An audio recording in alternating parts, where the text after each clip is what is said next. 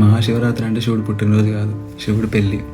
Lord Shiva gets married to Parvatidevi and performs Rudratandavam. That's why we celebrate Mahashivratri today. And ఆ రుద్రతాండవం ఎందుకు చేస్తాడు, సతీ ఎవరు, ఇవన్నీ మీరు తెలుసుకోండి ఈరోజు.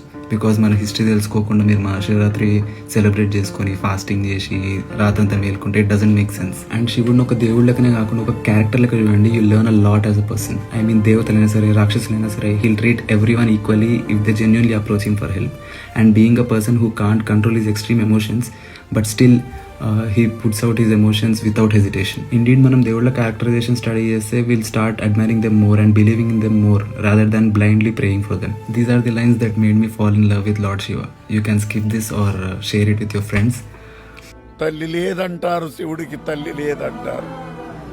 తల్లుంటే జడలట్లు కట్టనిచ్చేనా, తల్లుంటే పులితోలు చుట్టనిచ్చేనా, తల్లుంటే విభూతి రాయనిచ్చేనా, తల్లుంటే శ్మశానాల తిరగనిచ్చేనా. తల్లి లేదంటారు శివుడికి, తల్లి లేదంటారు. తల్లి లేని శివుడే అంతటి గరుడైతే తల్లున్న శివుడు ఇంకెంతటి గరుడవుతావు.